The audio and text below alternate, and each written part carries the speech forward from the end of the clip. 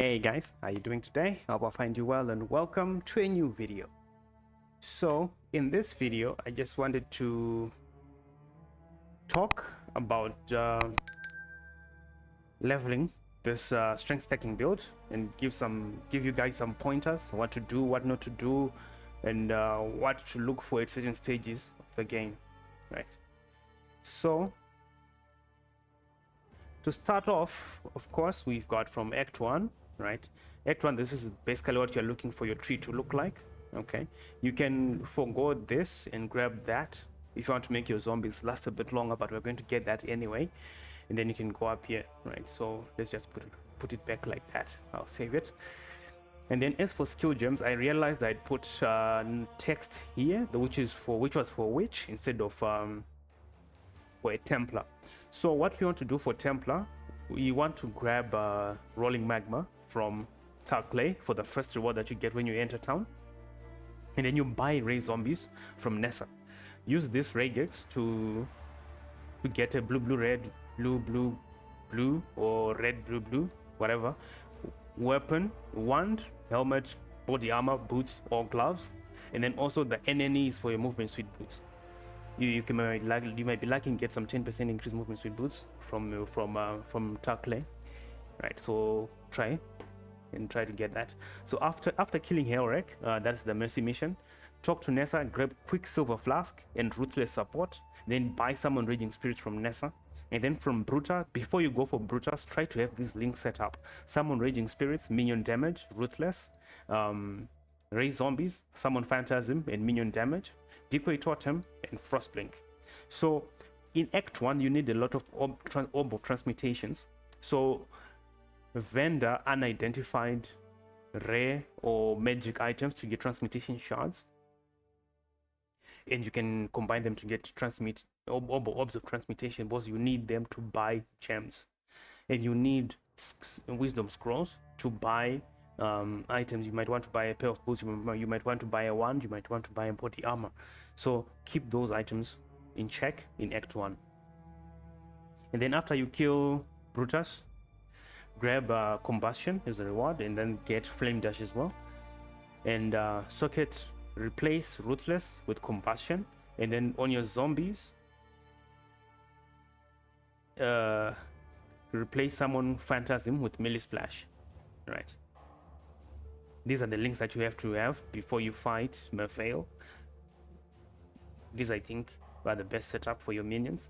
And then after finishing the Marooned Marina Fairgrave, grab waypoint, go to town, take flesh offering from Nessa and buy summon skeletons. Just socket it somewhere so that it gets levels. If you want to summon them to act as mid shields, you can, that's fine, but they are really for leveling, because we'll be using them at end of Act 2 most likely.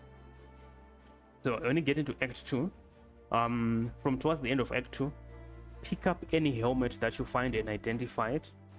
You have a chance to get +1 level of all minion skill gems, right? And then also check Yina for convening ones or calling ones, and use essences on them to get minion mods. You might get a +1, or you might get minion damage, you might get minion attack and cast speed on it. And then look for a spirit shield and use essences on them to get minion mods as well. So that is it for leveling from Act 1 to Act 3, and going forward it's pretty straightforward. Now I want to talk about when to transition into strength stacking, right? So once you finish acts, you start running the mapping tree, and then you have your mapping gear right here. Or is it right there? Then we have mapping skill sets, right? This is what you run before we get to transition into a strength stacking build. Okay, it's doing about 3 million shaper DPS, which is not bad. And if you check the wand, it's just a +1. There's no +1 on your shield. There's just a +2 helm with +1 raise zombie, and just basic gear, right? It's just basic gear, resistances and life, right? And what you want to be focusing on is to get these unique items. Whether you want to go for low life or strength stacking life, I'll be going for the life version, not the low life one, because the life version is tankier and it's got more DPS.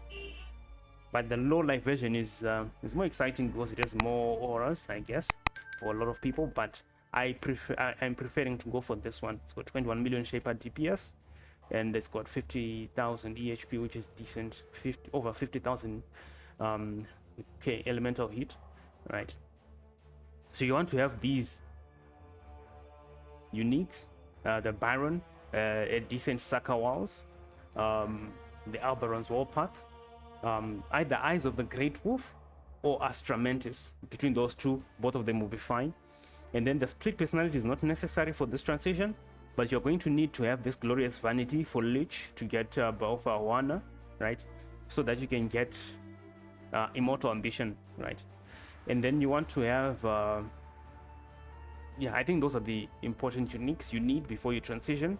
And then try to get as much strength on your other gear, and try to have at least 1000 strength before you swap to strength stacking build, and then you can upgrade from there. Okay.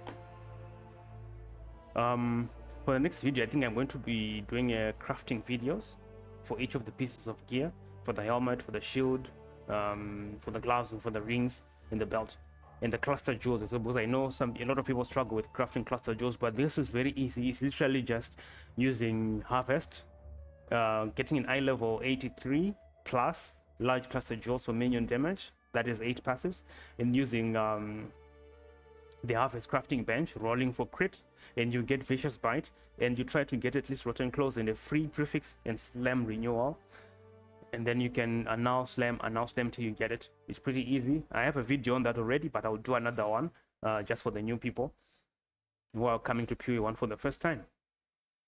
So same with this cluster jewel, it's literally just re-rolling for life, and then you get renewal and try to slam for dread match. That's I would say that's about it for the leveling. To reiterate some tips, all right, in Act 1, pick up unidentified items and sell them to your vendors to get orbs of transmutations. Pick up all your wisdom scrolls as well. In Act 2, identify all your unidentified items and sell them for alteration shards, because you need a lot of alteration orbs in Act 2. And then from Act 3 going forward, pick up all your helmets and identify them, hopefully get a +1 level of all minion skill gems.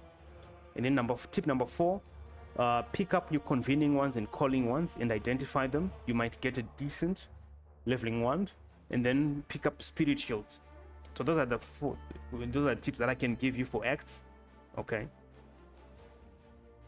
And then also, while you're leveling in the acts, go to your hideout, craft some resistances on your gear, and you know, try to have as much resistance as you can. Resistances don't matter up until Act 6, to be honest. When you finish Act 6, try to get at least 50 auras, 50 fire, 50 cold, and 50 lightning at least. Okay, but the more the better. So I think that is it for leveling. If you have any questions, leave them in the comment section. I'll put this POB in the description, and I'll put a link to a previous video that is a detailed guide for this build. And if you're playing this build, leave a like, subscribe to the channel, and I'll see you guys in the next video. Cheers.